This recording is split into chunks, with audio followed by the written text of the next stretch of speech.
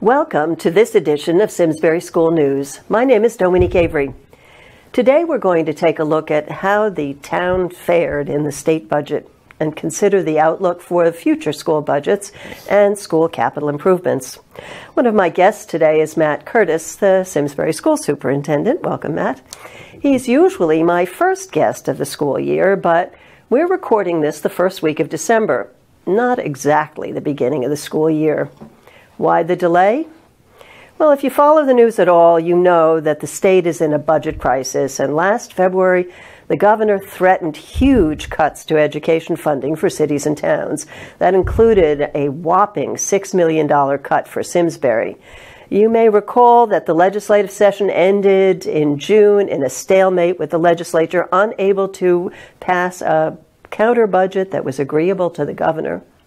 The budget was not resolved until the very end of October. And of course, School Superintendent Matt Curtis was understandably reluctant to speculate about the impact of the budget on the school system until there was a resolution. So there you have it. This is the first opportunity we've had to get together. Welcome, Matt. Glad to have you back. Great to be here. And joining Matt today for the first time on Simsbury School News is the chairman of the Simsbury Board of Education, Tara Donahue-Willerup. I'm so glad to have you here, Tara. I don't know why it's taken me so long to get you here. Thank you. So, Matt, I've actually sort of been out of the country during this whole budget resolution, but I assume that the news was better than the $6 million cut that threatened by the governor that we talked about here last time I saw you in March, right? It was. It's significantly better, and I think it helps to, we were kidding around a little bit before that the budget cycle just seemed to be endless this past year. And if you go back to the time of the referendum when we passed the budget, I just wanted to say that I think the work of the three boards, in this case, the collaboration between the Board of Education, Board of Selectmen, and guidance and leadership of Board of Finance members really positioned us well for this uncertainty. I mean, it was certainly a very difficult budget for us to move forward. The Board of Education ended up with an increase of 0.99%, I believe was the number, which was the lowest increase on record.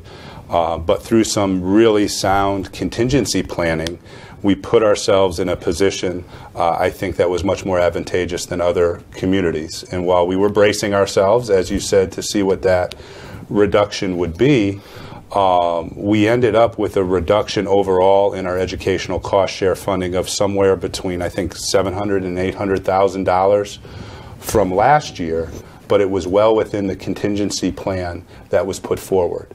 So I think we take a short sigh of relief, but recognize the state difficulties are still very much there as we Okay, don't jump ahead so far. I want to delve a little bit into this issue of why Simsbury was so much better prepared than so many towns. You heard in the news other towns saying, "Oh my God, we can't cope. We don't have any money in the budget. You're taking too long." So are people in Simsbury just smarter, or what was the difference? Tara, you were part of this whole discussion. I think that we are very fortunate in this town to have some exceptional volunteers on our Board of Finance, on our Board of Selectmen, and on our Board of Ed. And the Board of Finance was very good about listening and about hearing and about trying to be as strict as they could on planning and expenses, but they work really hard to make sure that and they have for many, many years. This isn't new. We try to anticipate and we try to predict as best we can every year that we do the budget. And we really have, for many years, had very responsible budgeting. And I think that because of the town we are and the people that we have in these positions, we are able to foresee some concerns and try to be as conservative as possible in planning and supporting all of our wonderful schools and other things that we have going on in Simsbury. But they do sort of try and put the brakes on the school spending sometimes, right? You guys, sure. There's pressure from you to spend more and from the parents, right? And I think one thing that was done is, and a lot of this, Dominique, relies on town charters and when they need to move a budget forward by their town charter, right? So the Board of Finance, in conjunction with us, and at the time we weren't so sure, but we made a decision to move out the referendum as far as we could. What that did actually in the moment was bring more uncertainty, right, which didn't feel good. Wasn't expected. But allowed us, I think, to plan with the reality that a town like Simsbury, similar to Farmington, a Glastonbury, an Avon, are towns that are really being reviewed in terms of their reserve levels, in terms of their economic wealth factor, knowing that in the long term, I think there will be a significant decline in time over what we see in our educational cost share funding, and I think they plan prudently, and will do so again this year in our early conversations. So you mentioned reserve levels. That means that we had money in the bank? Is that what you're saying? Correct. The general fund town reserves, which are there, to help in their planning and smoothing of increases and to respond to emergencies. And certainly, if that $6 million cut were to come to fruition, we would have not been in a position to handle that. No community would have been, and I think that is what was so daunting when these conversations continued and didn't seem to have an end. So, but there was another issue. 2 weeks after the governor signed the legislature's budget at the end of October, he suddenly announced more cuts to education budgets, and because he needed to find more savings. And it seemed to me, from what I could read, another $531,000. Was that a shock, or was that part of the contingency plan? The initial reduction when they came out with they finally passed the budget. The initial amount of the reduction was about $330,000, and then this additional $500 brought it to $800,000. The overall contingency planning, if they had to put everything into place, was about $2.5 million. So it was still within that, and that contingency planning now actually. When you look at the reserve levels, we just reviewed them the other night at the three-board meeting. They're at a pretty healthy level. Now, you have to consider that there still may be declines in the future. We have a town policy that the Board of Finance put into place that the reserve levels should be between 10 and 12%. And with the contingency and what they're looking at in terms of potential grand list growth in the town, you're going to be about 14%. So I think as they gave us guidance in our budget planning process, I believe their goal is to have a year like we had in not last year, but the 2 years before, of a flat mill rate or a little bit of a decline in the mill rate. And I think based on the early scenarios, we're going to work collectively to see how we can get there. And of course, we need to maintain the priorities of the school system and all those things. But, it's a good plan. So, Tara, maybe you're totally more in touch with the possible impact that you've made cuts already, and you're conserving. What has the impact been on students, and have they and the parents noticed any changes? I think we're very fortunate that our parents. We have a great communication program with us. The Board of Ed is in the town, and each school has great communications with their parents. We've worked on that. We started a communication committee a couple years ago to make sure that everyone knew what was going on throughout the district. And I think pre this real crisis that we've been having, I think being that we've been very open and talking to the teachers and the parents, everyone seems to think that we have a handle on it, and at least we're aware, we know what's going on. So we don't have that panic that's going on in some of those school systems that you mentioned before. So that, I think, has been very beneficial for our school district itself. Everyone understands. I mean, everybody's budgets are touched by this. Their home budgets, their school budgets, the town budget. So we have to be very careful. We have to keep our rigor and keep our structures and keep what we have available to our students in place, while always looking for ways to save money and ways to be prudent and careful. So how have you done it? How have you stayed sort of not added and kept I think within the bounds? it's a couple really important things. It's having clear priorities and focus points from the Board of Education and knowing what our strengths are as a school system. I think the second piece is we've, in a sense, taken advantage of the decline in enrollment over time to reduce certain, we call them full-time equivalents or positions, and stay within our class size guidelines. I mean, they're a little tighter now, truth be told, than they have been in past years, particularly in the primary grades. So we need to keep an eye on that. But that's been one way we've kept our increases down. Certainly last year, the exercise we went through, I presented a budget at a point, at a little bit over 2% increase, and we ended up making reductions of close to $1 million.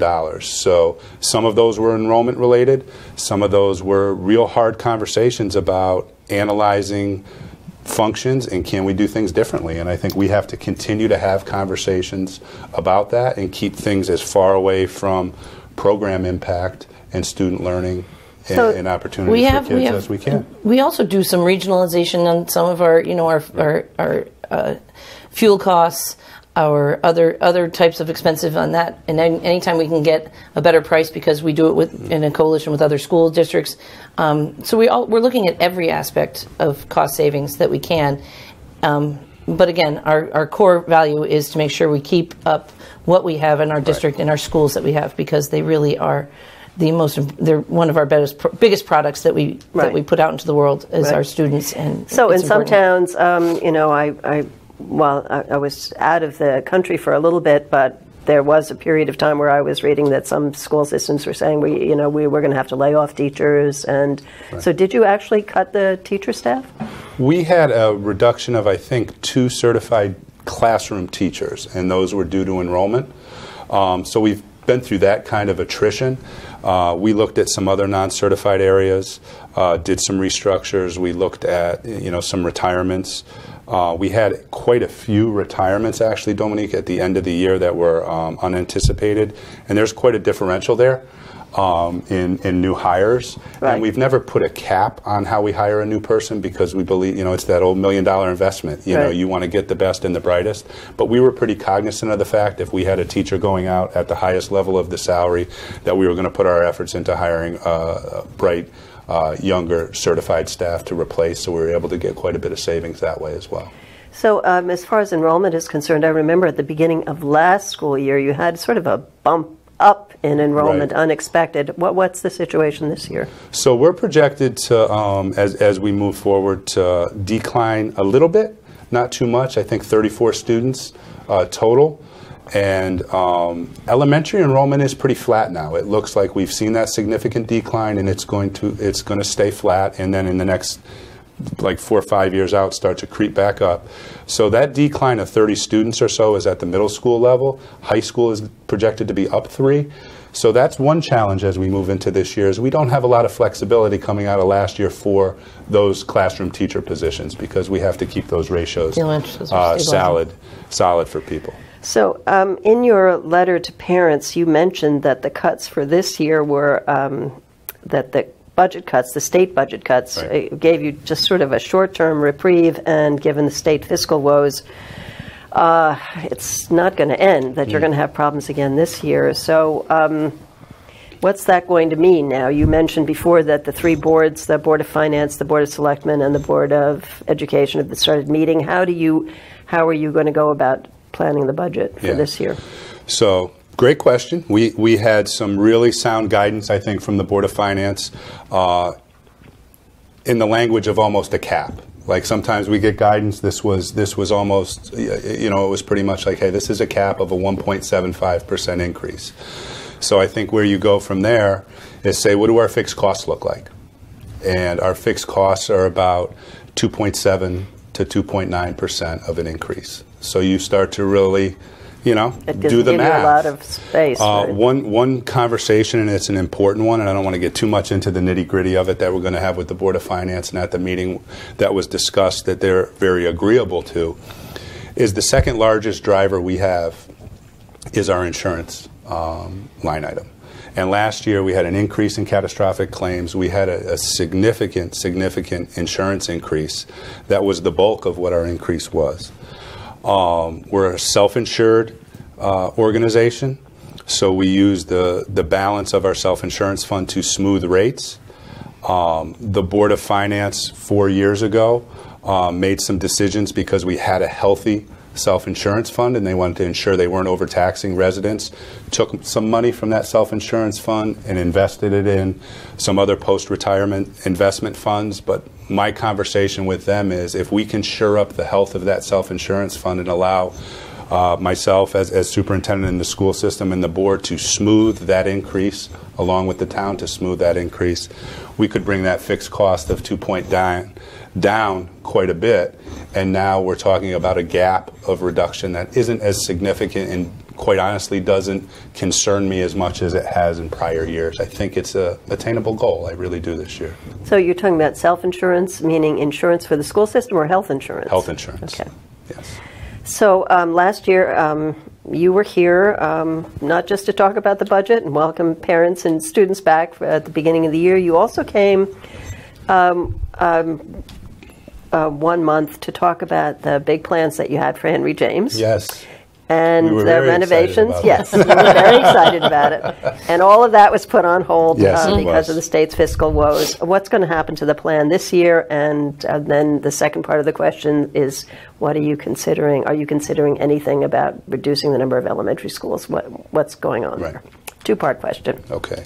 Either one of you can jump in. Yeah. So I'll catch the first part, and then you can pick up on that. So we're in discussion about that right now. We're actually going to hold a capital workshop, and deciding what we're going to do with that Henry James project is crucial to both the town planning side and the Board of Ed planning side, because when you bump out a project, you create a bottleneck. And now it's, okay, not only what are you going to do with that plan that you bumped out that you felt good about, but what about all the future projects along the way? So we understand why we had to do that. We're going to have some conversation pretty soon, Dominique, about, does the Board of Ed want to put that project as it is back on the capital plan for this year, knowing that Henry James desperately needs those renovations? Do we want to look at a larger scope of project that may include sixth grade at Henry James, which is a configuration that many school districts have? Or do we want to do it in phases? We've phased our work at Henry James, which seems more palpable to fit into the capital planning process. So a phase 3 would be the project we had last year, and maybe a phase 4 is an agreement to study a little bit longer term exactly what you said, which is maybe a 6, 7, 8 configuration, but understanding what that is on the back end. And that would mean a potential assessment and analysis of your 5 elementary schools, and potentially repurposing a school or using a school for a different reason, and what would be those potential cost savings. So those are grand conversations for the community that need time and it input. needs to be a community conversation. It's not something that would be done without any. It needs to have everybody's input. We're not about panicking anybody about any big great changes. We're just trying to do what is reasonable and responsible for this town. I mean, as you're saying, the budget's not going to get any better anytime soon. So we have to be aware of the facilities we have and how to best use them. So that is a conversation to have, and we'll see, time frame and so it makes sense. So you're rethinking the plan that you put forward last year for Henry James. Yeah, I want to give the board an opportunity and us an opportunity to discuss at this time what's the best thing to do. Is it move forward with that plan as is, or potentially look at something different? And the plan we had for Henry James is still, all the things that we have in that plan are very necessary. Right. So that hasn't changed. I mean, we know what needs to be done in Henry James in order to make it what the students need and what the town needs for our students to grow, and so that none of that has changed. Okay, so what is the state's attitude towards funding these kind of school projects now? I seem to recall that they're sort of cutting back. So I don't know the exact figures, but there is, it ends up being about the reimbursement rates. Right. These are projects that have significant reimbursement rates, and based on the type of project, the defined need, where it is in the queue, so to speak, at the state level, there is impact and some shifts on what those rates may be that we have to get better. So all of that is going to go into... It's all part of it. Yeah. So before you said, Tara, you said you didn't want to panic parents about, you mentioned, a 6, 7, 8 school. Changing schools. I can imagine that there are some parents who are hearing that who are saying, oh my God, I'm not interested in that.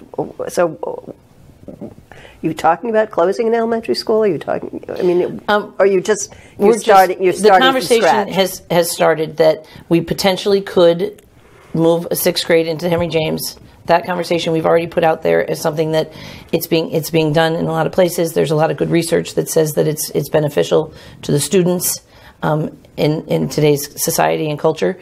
And in so doing, does it help us repurpose a school for something else?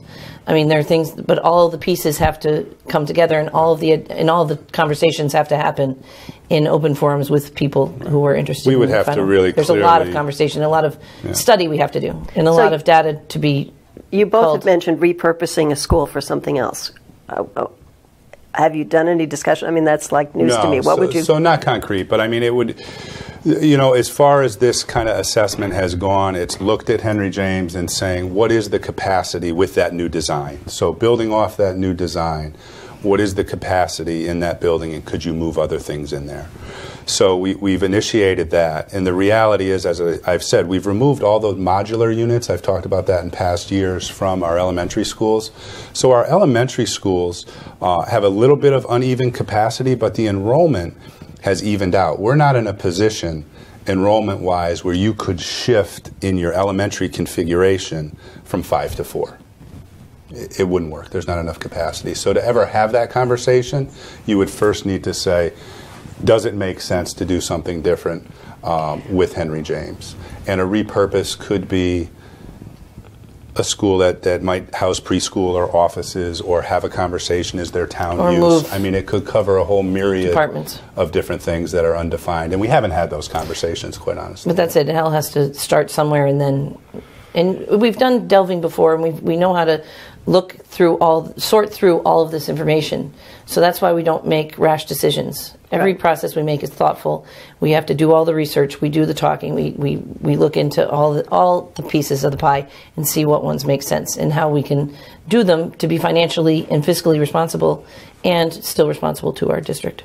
Simsbury residents are lucky to have public servants like you and employees like you who are sort of careful. One other issue that I noticed that in this letter that you sent out to parents after the budget was finally resolved, you mentioned that you're exploring school start times. Right. And I know that's of significant interest to a lot of parents. Tara, can you tell us what the school system is considering? We're considering kind of a shift from the elementary school to start earlier and the middle school and high school to start later. There are a lot of studies that say, again, the students would benefit from it, the high school students especially. And most of the elementary school kids are already up and ready to go. So that, again, is going to take a lot of conversation. It came through our Leadership Council, which is a subcommittee that has teachers, administrators, students, and parents on. And so that's where the initial discussion began. And studies, we're currently looking into it and looking at the details as to what we need to know and if it's feasible, if it's responsible, and if we can actually get it done. Yeah, it was really interesting, that leadership work was done at the high school last year, and actually the central topic they were studying was student stress, which is something I think it was about 10 years ago that we took on and really looked into, and then Mr. O'Brien, as a newer principal, looked at some of the things that were implemented to help with that, and this was an outcome conversationally from that as something that may be worth a deeper dive. Not a prevalent practice in Connecticut, but a very prevalent practice in other parts of the country, but something that no doubt has a lot of legs to it. Transportation, after-school activities, athletics, so a lot of different people working this year to gather information and come back and report to the board on their findings in the spring. No decisions will be made this year. I mean, if the board wants to move forward with the exploration, we take that following year to really look at the logistics. But I think we're all looking forward to the conversation. We're preparing a survey to go out in the next couple weeks to get a handle on what the kids think. Parents think and I bet staff. the high school kids So- think you Staff, all for yeah. it. It's fascinating. I had It'll some be interesting conversations with kids today about it, and I think you'll depending on what they're into Yep. and how they organize and what they're impacted by, you're going to get a variance. Right. And, Absolutely. It'll be an interesting dialogue for sure, but we're not short on big topics we're talking about this year. That's for right. sure. It sounds like you have a Yeah, lot on your full plate. plate. Tara, we have just a couple minutes left. We just had a municipal election, which included votes for members of the Board of Education. Congratulations to you. I noticed that you were the highest vote getter among the candidates. I know there are a number of people in town who think this election of Board of Education members is really rather strange. It's not very competitive. And I want you to explain for people, not everybody knows how it works. How does it work? And why is it not competitive? I'm not sure when this actually started, but it is, we feel that I think the town and everyone, the Board of Selectmen and our town, our Democratic Town Committee and our Republican Town Committee have over the years understood the depths and the complicated aspect of Board of Education. And there is a learning curve that comes with it that is shocking to any one of us who sits at that table.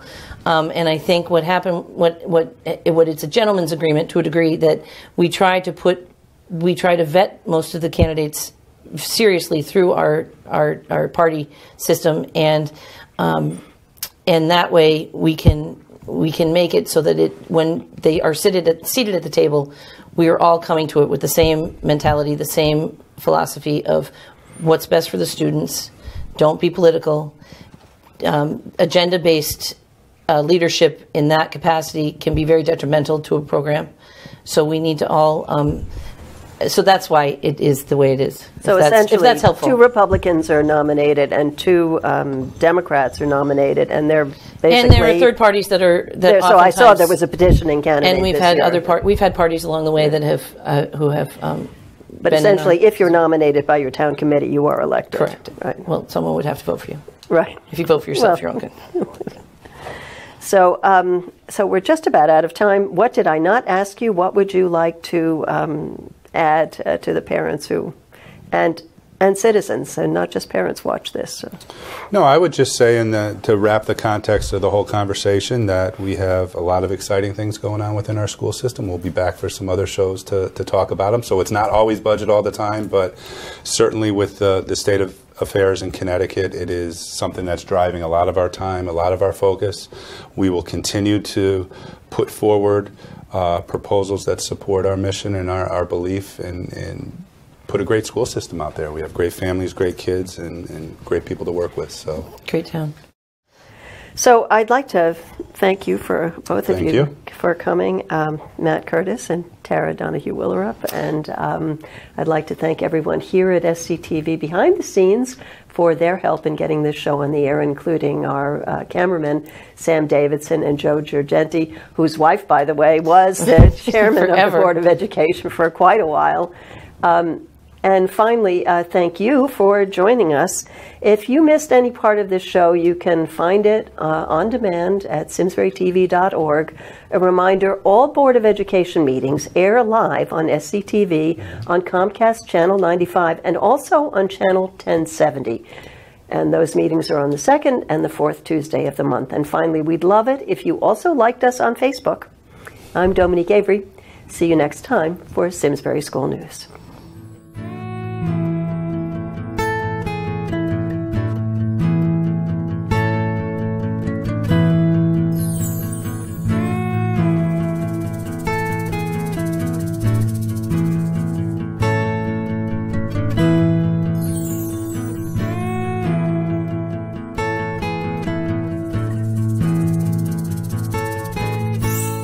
Funding for Simsbury Community Television is provided in part by contributions from viewers like you. Thank you.